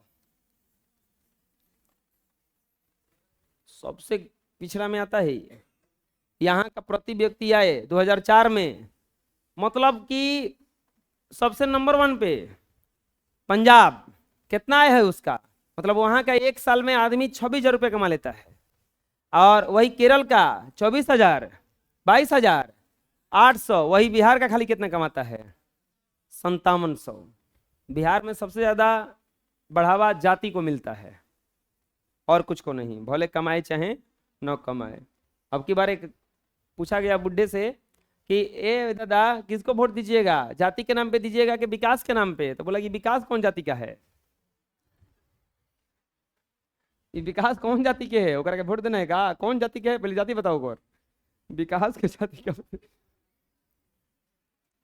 3 राज्यों में पंजाब की प्रति व्यक्ति आय सबसे अधिक। जाओ जी नीचे जाओ, एसी चालू कर दो सब, एक हो खाली खाली चालू कर देना, कुछ करना मत। बिहार की प्रति व्यक्ति आय सबसे कम है। अगर विकास को मापने के लिए प्रति व्यक्ति आय का प्रयोग किया जाए तो 3 राज्यों में पंजाब सबसे अधिक और बिहार सबसे कम विकसित माना जाएगा। अब आता है मानव विकास सूचकांक है। यह सूचकांक राष्ट्रीय विकास कार्यक्रम द्वारा महबूब उल हक के निर्देशन में तैयार की गई पहली मानव विकास रिपोर्ट में प्रस्तावित किया गया। यूएनडीपी द्वारा मानव विकास रिपोर्ट में विभिन्न देशों की तुलना लोगों के शैक्षिक स्तर पर, स्वास्थ्य स्तर पर, प्रति व्यक्ति आय के आधार पर किया जाता है। जहां तक मानव विकास एचडीआई का प्रश्न है, इसके 3 सूचक हैं। ह्यूमन डेवलपमेंट इंडेक्स, एचडीआई के 3 सूचक हैं। अगर अब देखो फैमिली कितना भी बड़ा रहे, अभी सरकार स्लोगन देता है छोटा परिवार सुखी संसार। छोटा परिवार इसलिए बनाया क्योंकि ज्यादा परिवार रहेगा तो न खाने के ढंग से मिलेगा न पढ़ाई लिखाई ढंग से हो पाएगा। अगर मानव विकास, हर व्यक्ति का विकास करना है तो 3-4 को मिलाता है। क्या? जीवन आशा। अभी पता है ना कि वर्ल्ड बैंक बताया है कि भारत का जो जीडीपी है और अगले 2 वर्षों में अभी तक जितना वर्ल्ड रिकॉर्ड है वो सारा रिकॉर्ड तोड़ के आगे बढ़ेगा। ऐसा क्यों बढ़ेगा? ऐसा क्यों बढ़ेगा? आप अमेरिका में देखे होंगे। अमेरिका में अगर देखिएगा कभी उन लोगों का राजनीतिक चीज सब बुढ़वा मिलेगा खाली आपको, ज्यादातर वहां पे सब बूढ़े मिलेंगे। सबसे ज्यादा जुआ भारत में है। क्यों ऐसा आकलन किया गया? क्योंकि ह्यूमन डेवलपमेंट इंडेक्स जो है, मानव विकास सूचकांक है, 3 चीजों पर काम करता है। जीवन आशा, शिक्षा और तीसरा काम करता है जीवन स्तर। जीवन स्तर मतलब क्या हुआ इसका? जीवन आशा मतलब स्वास्थ्य सही होना चाहिए, शिक्षा सही होना चाहिए और किस लेवल का है, मेहनत करने लायक है कि बिना मेहनत करने वाला है। अभी तीनों प्रॉब्लम में जैसे भारत ठीक ठाक स्थिति में, इसीलिए बोला गया कि इसका जीडीपी बहुत हाई लेवल से ग्रो मारेगा, बहुत तेजी से भागेगा। अभी तो लाइन पकड़ा है ना, अब तो सब कुछ जुटा लिया है अपना, अभी तो इसको बस दौड़ने वाला है। अब वही समझ ले कि कोई इंजन बना रहा था, इंजन बन के तैयार हो गया, बस पटरी लेके क्या करेगा, ये पटरी पर बैठेगा और बोगी को पकड़ के क्या करेगा, ये खींचेगा। जीवन आशा सूचकांक, शिक्षा प्राथमिक सूचकांक और जीवन स्तर सूचकांक, एचडीआई तीनों सूचकांक का औसत होता है। अब जैसे देखा जाएगा एचडीआई में नॉर्वे का 0.965 पहला क्रम में आता है, ऑस्ट्रेलिया तीसरा क्रम में आता है 957 के, श्रीलंका 0.755 93, पाकिस्तान 0.5 539 134वां नंबर पे, भारत 0.611 126वां नंबर पे है, चीन 81वां नंबर पे है और बांग्लादेश 137वां नंबर पे है। चूंकि 2006 में 177 देशों के लिए एसडीआई की गणना की गई थी, इसमें भारत का एसडीआई मूल्य 126वें क्रम पर है। मतलब भारत में मानव मध्यम विकास का क्रम है। लिंग विकास सूचकांक के दौरों में भारत 2000 से 105वें क्रम में और 2004 में 96वें क्रम पे आ गया है। इससे आश्चर्य की बात है कि श्रीलंका भारत से आगे है। भारत जैसे बड़े देश का विश्व में इतना नीचा क्रमांक है, किंतु भारत में विकास की क्रिया में तेजी आने का कारण अब सुधरने लगी है। मानव विकास रिपोर्ट, मानव विकास की तर्ज पर भारत की पहली मानव विकास रिपोर्ट अप्रैल 2002 में जारी किया गया। योजना आयोग द्वारा, इसको उठाओ जी, क्या कर रही है ये, क्या कर रहे हो, खड़ा करा देंगे अभी। योजना आयोग द्वारा तैयार की गई रिपोर्ट को तत्कालीन प्रधानमंत्री अटल बिहारी वाजपेयी ने 23 अप्रैल 2002 को नई दिल्ली में जारी किया। रिपोर्ट को भारतीय लोकतंत्र के लिए एक महत्वपूर्ण दस्तावेज बताते हुए योजना आयोग के तत्कालीन अध्यक्ष केसी पंत ने कहा था कि राज्यों की योजना के आकार तय करते समय इसे आधार बनाया जा सकता है। इस सब पहली राष्ट्रीय मानव विकास रिपोर्ट में 1981, 1991 और 2001 के लिए राज्यों एवं संघीय क्षेत्रों के एसडीआई मूल्यों का अनुमान लगाया गया। इस रिपोर्ट में विकास की दरें भिन्न भिन्न थी। केरल का रैंक सबसे ऊपर था, बिहार, मध्य प्रदेश, आसाम, राजस्थान, उत्तर प्रदेश का रैंक सबसे नीचे था। आपको पता है एक आता है बीमारू राज्य, बीमारू, बीमारू का मतलब हुआ BIMARU,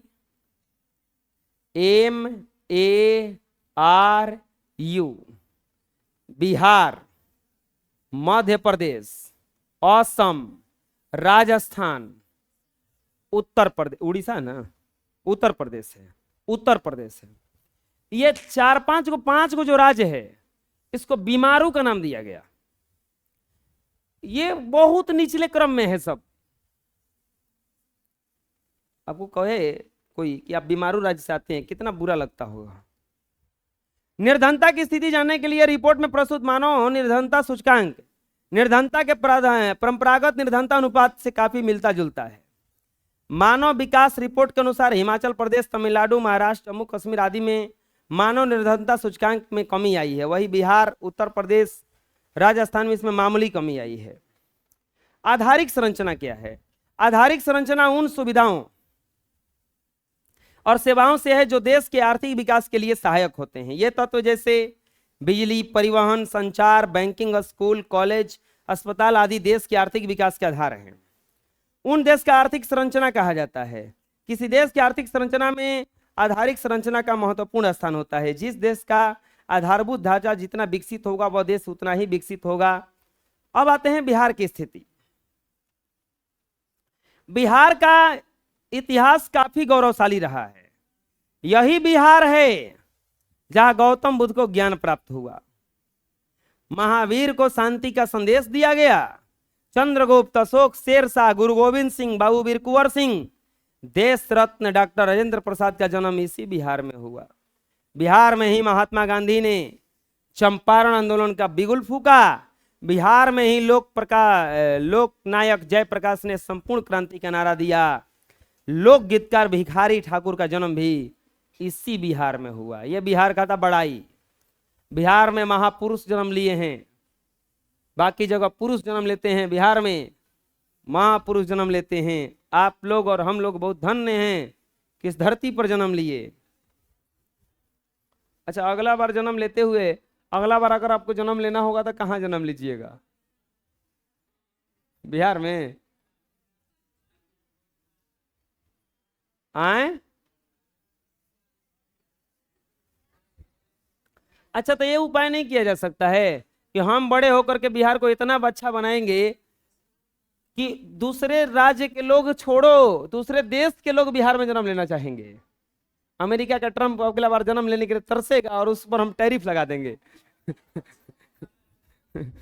कि तो तुमको अगर जन्म लेना है तो इतना % टैरिफ लगेगा तुम पर। कितना मजा आएगा। एक बार बिहार के लोग मीटिंग किए कि हम लोग का सरकार लगता है विकास नहीं करेगा, हम लोग अपना विकास स्वयं करेंगे। तो बोला इसके लिए क्या करें? तो बोला चलो अमेरिका पे हमला करेंगे। बोला कि फिर क्या होगा? बोला कि अमेरिका हम लोगों को तो हराइए देगा, हम लोगों को जब हरा देगा तो हम लोगों को अपने में मिला लेगा। अब हम लोग अमेरिका वासी हो जाएंगे तो अमेरिका हर क्षेत्र का विकास करता है, बिहार का भी विकास होने लगेगा। उसमें से एगो ताऊ जी बैठे थे, एकदम शांत बैठे थे। उनसे बोला गया कि आप काहे नहीं बोल रहे हैं? बोला कि अगर कहीं अमेरिका गलती से हार गया तो ओकर का होगा रे? हम लोग तो उसको बिहार बना देंगे। कोई गलती से बेचारा वो हार गया तो क्या होगा होगा, हम लोग अमेरिका से उसको बिहार बना देंगे। हाँ इतने, लेकिन यही बिहार आज समस्याओं का शिकार है। यहाँ क्या क्या दिक्कत है? गरीबी, बेरोजगारी, भ्रष्टाचार, अशांति का माहौल है। साधनों के मामले में धनी होते हुए भी बिहार की स्थिति दयनीय है। अच्छा आप लोगों को क्या लगता है बिहार को बर्बाद करने में सबसे बड़ा हाथ किसका है? नाम मत लो। कौन तो कह रहा है? लालू यादव का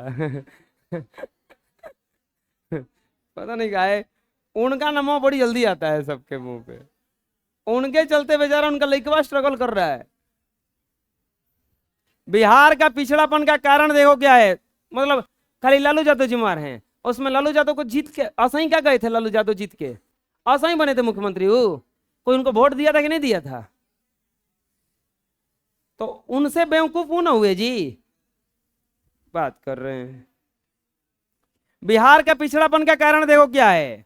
तेजी से बढ़ती हुई जनसंख्या सबसे पहला कारण है। यहां तेजी से बढ़ती हुई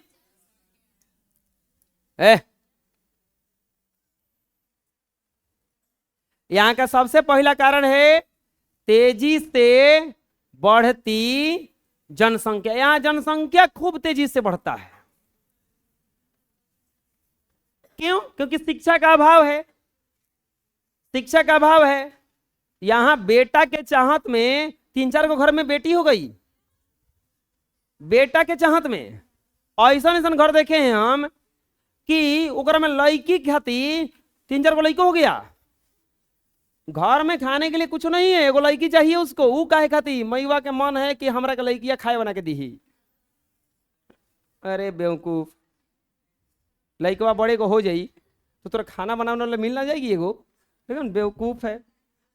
और दूसरा कारण, अब ऐसा भी नहीं है घर में खाने के लिए सब कुछ है, नहीं है कुछ हो। अब देखें हम उसमें, हम रियल घटना बता रहे हैं कि पापा जूता बेचते थे, अब लड़कवा गया जूता बेचने, क्या बढ़ेगा? वो एक लड़का को पढ़ाने लिखाने में 10-15-20 लाख का खर्चा है, बढ़िया से अगर आदमी बनाना है तब।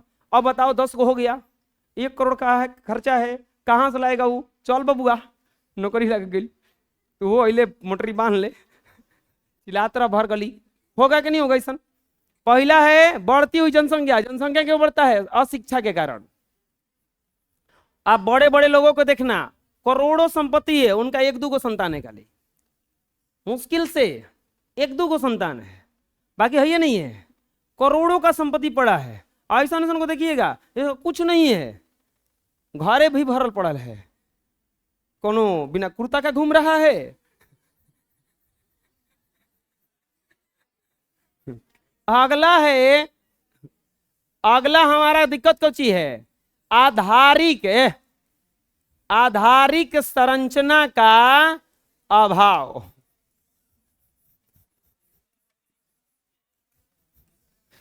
आधारिक संरचना का अभाव, यहां पे कुछ व्यवस्था भी नहीं है।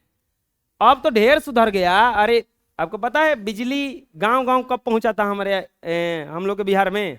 2019 में। 2019 में जाके बिजली पहुंचा था हर गांव में। सोचो आप जो बिजली का आनंद ले रहे हो इतना दिन से, वो 2019 में कहीं पहुंचा है? वो लोग जानता भी नहीं था कि बोलो बड़ी को हमारे गांव में। आधारिक संरचना का क्या है? अभाव है। यहाँ पे कुछ काम करने जाओ ना तो कुछ व्यवस्था नहीं है। कहाँ से? बड़ा बड़ा कंपनी ये भी नहीं करता है। रोड नहीं है, सड़क नहीं है ढंग का, हाईवे है तो आधा खा गया है, एक बाढ़ में सड़क बह गया। बाढ़ आया तो केवल फसल नहीं बहवाया, माटी सहिते सड़कों बहवा के ले गया। तीसरा दिक्कत कौन सी है? तीसरा दिक्कत है हमारे यहाँ कृषि पर निर्भरता। कृषि पर निर्भरता। आपको पता है जब बिहार का ज्यादातर जो जनसंख्या है, आप देखे होंगे रोपनी ओपनी में बुलाया जाता है, ये बबुआ रोपनी चालू हो गई बा, घरे आजी ह आर कौन करे के बा। बबुआ कंपनी में काम करते रहन, फट देने वाले ट्रेन धैलन, टिकट नहीं करीले, सीट मिलल तो ठीक, ना तो गेट पर बैठ के माँ बोधी पकड़लन, स्टेशन पर उतरलन, कसम लदा उदा के घरे पहुंचलन। अलन तो फट देनी बिस्कुट से पानी पियलन, कुदारी उठेलन, घरे गिलन। तो कृषि पर निर्भरता। खेती पर अभी भी लोग यहाँ पे बहुत जो लोग क्या हैं, किस पर निर्भर हैं? खेती पर निर्भर हैं। और खेती भी ठीक नहीं है, खेती भी पिछड़ा है। बाढ़ और सूखा से क्षति, खेती हो गया, तनी आ गया बाढ़, तनी आ गया सूखा। अभी यहां पर ना मान लो कि तुम लोगों को बाढ़ कभी नजर नहीं आता है, उत्तरी बिहार में जाके देखो, हर साल बेचारा परेशान रहता है। उन लोगों के यहाँ अच्छा घर नहीं बनाता है, जानता है बाढ़ में बह जाएगा। अभी तक बाढ़ का गाना निकल गया, बढ़िया गाना फेमस हो गया, कोसी कुछो छोड़ले नहीं की कैली गाँव जा, व्यवस्था नहीं हुआ।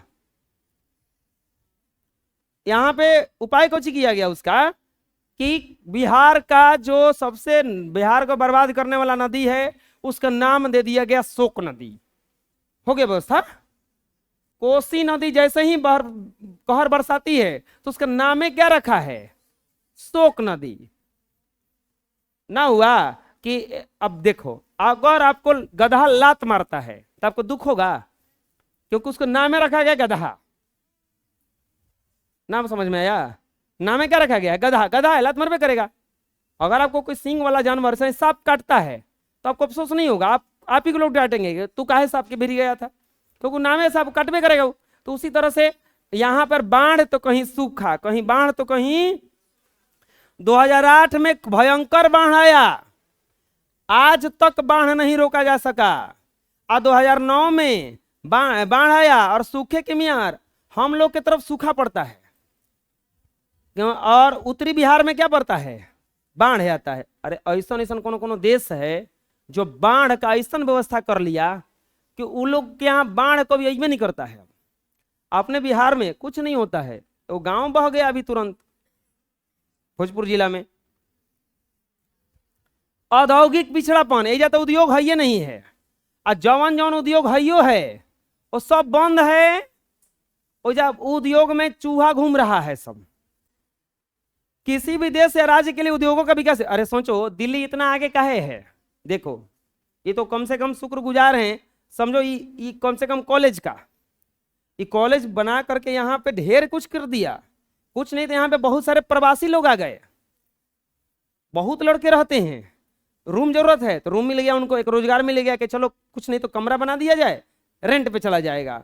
अब रहेगा तो खैबो तो करेगा, तो खाने के लिए किराना दुकान खोल दिया गया, ले दुकान चल लगल, कुछ पानियों तो पिएगा, सब कुछ करेगा। तो वो एक करके एक रोजगार दिया गया। यहाँ पे कुछ है नहीं है, उद्योगों का विकास कुछ नहीं दिखता। खनिज एवं बड़े क्षेत्र में प्रतिष्ठित अभियंत्रण संस्थाएं झारखंड चले गए। दूसरा चीज, यहाँ पर झारखंड और बिहार का बंटवारा हुआ तो और स्थिति खराब हुआ। उस समय जितना भी खनिज संसाधन था कहाँ पड़ गया जाकर के? झारखंड में। अपने बिहार में खेती पड़ा। दूसरा, गरीबी। बिहार इकलौता एक ऐसा राज्य है जहां गरीबी का भार सबसे अधिक है। राज्य में प्रति व्यक्ति आय औसत आय के आधे से भी कम है। इसके चलते बिहार पिछड़ा राज्य है, पिछड़ा माना जाए, महापिछड़ा में है। खराब विधि व्यवस्था। यहां पे देखो नीतीश कुमार आ करके जब इनका सरकार बना, नीतीश कुमार सबसे पहला काम अच्छा क्या किए? सुशासन बाबू कहा जाता है इनको, भले अब थोड़ा सा इन बुढ़े हो गए हैं, इनको पकड़ थोड़ा सा कम हो गया है। शासन व्यवस्था सुधारने में सबसे बड़ा हाथ नीतीश कुमार का था। प्रशासन को बड़ा टाइट किए थे। जो लूटपाट चोरी डकैती हुआ था, इसको रोकने में किसका काम था? ये 2004 से पहले का बिहार और अभी का बिहार ढेर फर्क है। अभी रात बिरात चलता है, सब कोई कुछ को डर नहीं लगता है। एक व्यवस्था बनाइए ऐसा। इसी में तो ये घर से निकलना मुश्किल था, अपहरण हो जाता था दिन में अपहरण, रात को छोड़ो। छोटा बल्लक पता चला, फोन आया उधर से, चाहे कोई भेजवाया, 1 लाख रुपया दोगे तो छोड़ेंगे, नहीं तो काट के फेंक देंगे, दो पैसा। ये सब सुधारने में, सुशासन सुधारने में, बड़ा बड़ा कंपनी क्या करने आएगा? यही जाएगा, किडनैप हो जाएगा ससुरा, वो लोग नहीं हो जाएगा। और कहबो करता ये बिहार है। वो गाना भी आया था ना, वो ठोक देंगे कट्टा कपार में, आइए ना हमरा बिहार में। तो अजब हाल है, ऐसा कौन निकलता है कपारे में। शांति की सुव्यवस्था जरूरी होती है, लेकिन बिहार में कानून की व्यवस्था कमजोर स्थिति में थी, जिसके चलते नागरिक शांतिपूर्वक उद्योग नहीं चला पा रहा था। कुशल प्रशासन का अभाव। बिहार की प्रशासनिक स्थिति ऐसी है जिसमें पारदर्शिता, अभी भ्रष्टाचार बहुत सारा होता रहता है। अब बिहार का पिछड़ापन दूर करने का कुछ कारण है। क्या कारण है? पहले तो देखो, राष्ट्रपति एपीजे अब्दुल कलाम ने कहा था कि अगर आप भारत का विकास करना चाहते हैं तो बिहार का विकास करना संभव पहले होगा। अरे अगर 10 गो उंगली में से एक उंगली भी अगर कट जाए ना तो पूरा हाथ नहीं है। वो वही बोल रहे थे कि बिहार में आर्थिक स्थिति को अति तेज करने के लिए बिहार के पिछड़ापन को दूर करना जरूरी है। बिहार के विकास के बिना भारत का विकास संभव नहीं है। बिहार देश का बड़ा राज्य है और इसके विकास की गति में तेजी आने से भारत का विकास संभव हो पाएगा। सबसे पहला काम क्या करना होगा? जनसंख्या पर नियंत्रण। सबसे पहला ये कंट्रोल करना होगा जनसंख्या को। तेजी से बढ़ते हुए जनसंख्या पर रोक लगाया जाए, समझाया जाए, जागरूक किया जाए।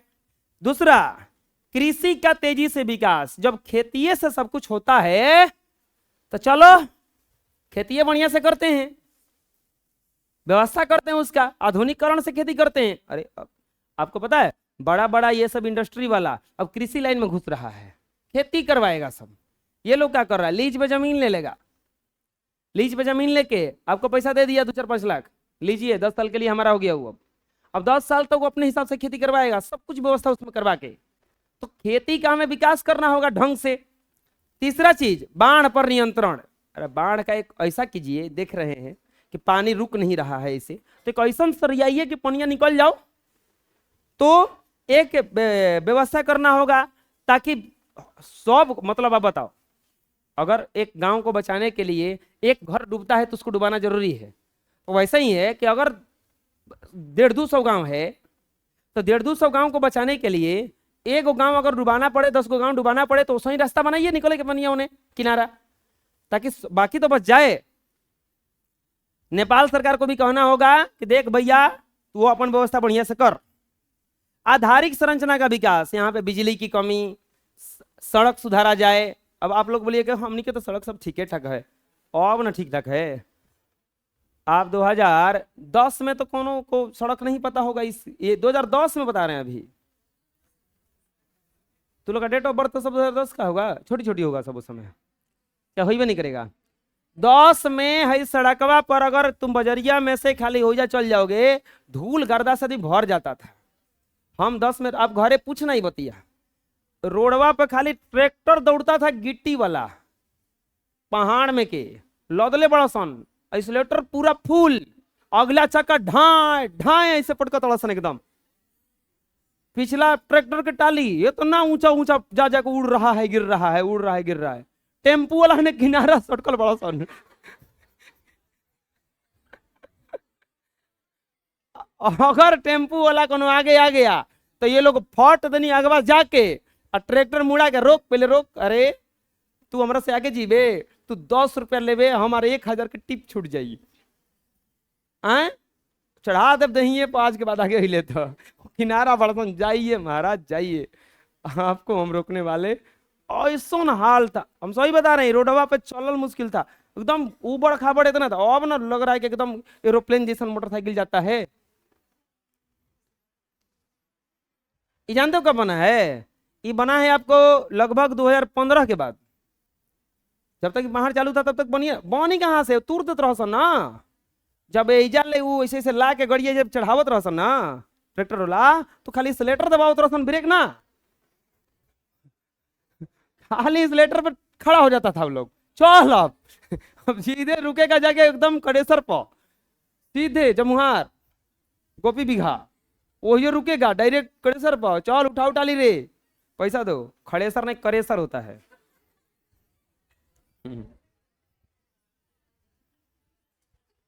कहाँ थे हम? अरे वो लोग का वो टूट जाता था, वो चक्का वगैरह हिच वगैरह सब टूट जाता था, तो अब वो सही चली हसन।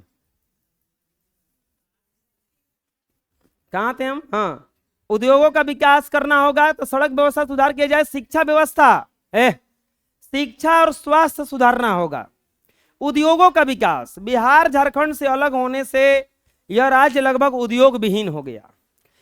मुख्यतः चीनी मिलें बिहार के हिस्से में पड़ गई, जो अधिकतर बंद थी और जर्जर थी। दूसरा चीज हो सकता है कि इसका गरीबी दूर करना। बिहार में गरीबी सबसे अधिक प्रभाव है। गरीबी के नीचे 42% से भी जीवन बसर कर रहे हैं। हमारे यहाँ जानते हो 100 में से 42 लोग गरीबी ने रेखा के नीचे हैं, मतलब गरीबी रेखा पॉवर्टी लाइन बनाया गया उससे भी नीचे हैं। अभी ऐसा भी है घर कोई कोई जहां पे आज खाना बना कल के लिए कुछ नहीं है। शांति व्यवस्था कायम करना, बिहार में शांति माहौल कायम करके व्यापारियों के विश्वास को जगाया जा सकता है। व्यापारी को बोलना होगा कि आइए बिहार में, आपका हम रक्षा करेंगे ये नहीं कि आइए बिहार में। स्वच्छ और ईमानदार प्रशासन, अगर पुलिस व्यवस्था सब सुधर जाए तो बिहार का विकास संभव हो पाएगा। सबसे ज्यादा चोटा तो पुलिस में होता है, सब नहीं होता है। बहुत चोर होता है, आपसे ज्यादा चोर, चोर से ज्यादा चोर ये लोग है। ये लोग एकदम चलता फिरता चोर है सब।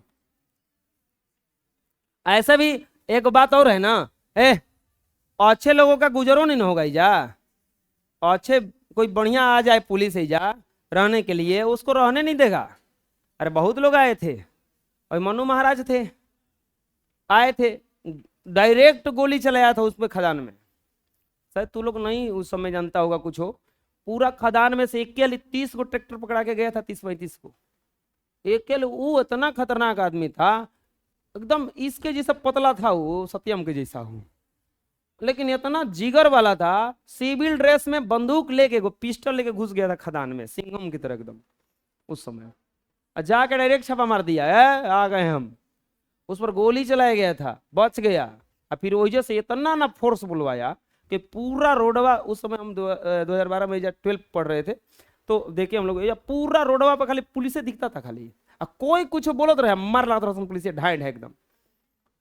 कोई कुछ बोल दो, खाली एक जगह झुंडो बनाइए ना, मार देके कूट देता था उस समय। और उस समय सब जेसीबी, ट्रैक्टर, मोटरसाइकिल सब लाद के ले गया। पूरा जेसीबी डेथू पर टांग के लगी रहे, ट्रक पे टांग के लगी रहे पूरा। जेसीबी नहीं जानते हो? बड़का जेसीबी, छोटका जेसीबी ना। हाँ, केंद्र से अधिक मात्रा में संसाधनों का हस्तांतरण एक और उपाय है। और केंद्र से अधिक मात्रा में संसाधन मिले, जैसे विशेष राज्य का दर्जा मिल जाए इसको। बिहार आर्थिक दृष्टि से पिछड़ा माना जाता रहा है। 15 नवंबर 2000 को बिहार झारखंड से अलग हो गया।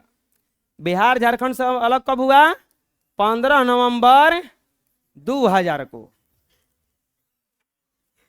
उसके बाद बढ़िया बढ़िया क्षेत्र जो थे खनिज बहुल्य, वो झारखंड में चले गए और बिहार के पास केवल उर्वरक भूमि पड़ रहा। बिहार में 2008 में भयंकर बाढ़ आया और यहाँ कृषि के लायक भूमि मिला, उसमें से भी आधा भूमि बाढ़ से प्रभावित रहता है और आधा भूमि सूखा से। देश के आर्थिक विकास में बिहार के विकास की भूमिका। बिहार देश का बड़ा राज्य है। भौगोलिक क्षेत्रफल और जनसंख्या के दोनों की दृष्टि से बिहार का स्थान भारत में एक अलग महत्व रहता है। इसीलिए कहा जाता है कि यदि बिहार का विकास करना है यदि भारत का विकास करना है तो बिहार का विकास आवश्यक है। चाहे राजनीतिक साझेदारी की बात हो, विकास के मापदंड स्थापित करने की बात हो, बिहार का नजरअंदाज नहीं कर सकते। एक प्रसिद्ध अर्थशास्त्री कुजनेट ने विश्व के संदर्भ में कहा था कि गरीबी कैंसर रोग की तरह है। जिस तरह शरीर के एक छोटे भाग में हुआ कैंसर शरीर को विषाक्त कर देता है, उसी तरह से एक भाग की गरीबी पूरे विश्व की संपन्नता के लिए घातक होता है। बिहार एक ऐसा राज्य है जहां अधिक भूमि उर्वरक भूमि है। हिमालय से निकलने वाली नदियों का अनवरत जल प्रवाह होता है। यह धरती नीचे क्रम में जल प्राप्त हो जाते हैं। बिहार की नदियों को परस्पर जोड़ दिया जाए तो जल संसाधन का उपयोग कर योजना को लागू कर दिया जाए तो उत्तरी बिहार को बाढ़ की विभीषिका से बचाया जा सकता है। दक्षिणी बिहार को सिंचाई की सुविधा के लिए सूखे से राहत दिलाई जा सकती है। मतलब क्या कह रहा है? कह रहा है कि अगर बिहार में नहर वहर जोड़ दिया जाए, दक्षिणी बिहार में, उत्तरी बिहार में अगर बाकी नदियों को सब एक दूसरे से जोड़ दिया जाए तो ज्यादातर पानी जो बिहार आ रहा है वो बिहार से कट करके कहीं और चला जाएगा और जा करके समुद्र वगैरह में मिल जाएगा तो बिहार बच सकता है। लेकिन इस पर कोई काम हम करता नहीं है। अगला है मूलभूत आवश्यकताएं एवं विकास का संबंध। देश के नागरिक को रहने के लिए मकान, खाने के लिए रोटी और शरीर ढकने के लिए कपड़ा उसकी न्यूनतम मूलभूत आवश्यकता है। रोटी, कपड़ा और मकान किसी भी व्यक्ति की आवश्यकता होता है। हर समय सत्ता के गलियारे में रोटी, कपड़ा और मकान का नारा जोर से बुलंद किया जाता है। लोगों की न्यूनतम आवश्यकताओं को पूरा किया जा सके, देश के गरीब लोगों की आकांक्षा इतनी न्यूनतम मूलभूत आवश्यकताओं को पूर्ति करता रहता है। यद्यपि स्वतंत्रता के प्राप्ति के बाद विगत 60 से भी अधिक वर्षों में देश के विकास में बहुत सारे कार्यक्रम चलाए गए। देश की बढ़ती हुई जनसंख्या के मार्ग में सबसे बड़ा बाधक जनसंख्या विकास के मार्ग में सबसे बड़ा बाधक है। इस विकास की दर के बढ़ने के बावजूद गरीबी का उन्मूलन नहीं हो पाया है। इसके कारण गरीबी रेखा के नीचे रहने वाले लोगों की संख्या में अपेक्षित कमी नहीं आई है। समुचित न्यायपूर्ण सार्वजनिक वितरण प्रणाली से लोगों को खाने के लिए रोटी उपलब्ध हो सका है। एगो नरेगा आता है। नरेगा में क्या होता है? अब आप लोग भी, हम जानते हैं, बाद में कहिएगा कि हम लोग नरेगा में जाएंगे। सरकार 100 दिन के लिए रोजगार देता है हर मजदूर को, हर व्यक्ति को। उसमें क्या होता है? आपसे खांची कुदारी लेके जाना होता है, करहा साफ करना, कुआं खोदना, नली गली साफ करना, ये सब काम रहता है। और उसका न्यूनतम मजदूरी रहता है कि इतना पैसा मिलेगा। कम से कम सरकार 365 में से 100 दिन रोजगार देता है। उसी को कहा जाता है NREGA, national rural employment guarantee act. ग्रामीण रोजगार देने की स्कीम का विश्व का सबसे बड़ा रोजगार माना जाता है। विकास की अवधारणा से हमारा मतलब देश के सभी क्षेत्रों और विकास से है। सभी क्षेत्रों के विकास से मतलब कृषि और उद्योग व्यवसाय से है। सभी वर्गों के विकास से मतलब शिक्षा निष्पक्ष रूप से बिना भेदभाव के संपूर्ण समाज के विकास से है। इन दिनों सभी वर्गों के सम्यक विकास की अवधारणा महत्वपूर्ण हो गई है, जिसे हम आर्थिक शब्दावली में इंक्लूसिव ग्रोथ कहते हैं। इस प्रकार के विकास के द्वारा हमारा प्रयास लोगों की मूलभूत आवश्यकताओं की पूर्ति करना होता है। ऑब्जेक्टिव निकालिए इसका, क्या कर रहा है? सही विकल्प चुने। प्राथमिक क्षेत्र किसको कहा जाता है? कृषि क्षेत्र को कहा जाता है। किसको कहा जाता है? कौन सा देश में मिश्रित अर्थव्यवस्था है? भारत में। योजना आयोग का गठन 15 मार्च 1900। जिस देश का राष्ट्रीय आय अधिक होता है वो देश कहलाता है विकसित कहलाता है। किसे पिछड़ा राज्य कहा जाता है? तो बिहार को कहा जाएगा। बिहार है, ये है बेचारा। भारत अंग्रेजी शासन का क्या था? उपनिवेश था। गुलाम नहीं था, उपनिवेश था। अंग्रेजों ने भारतीय अर्थव्यवस्था का क्या किया था? शोषण किया। लिखो। अच्छा, किताबें नहीं है। अर्थव्यवस्था आजीविका अर्जन की क्या है? प्रणाली है। द्वितीय क्षेत्र को कौन सा क्षेत्र कहा जाता है? औद्योगिक क्षेत्र है।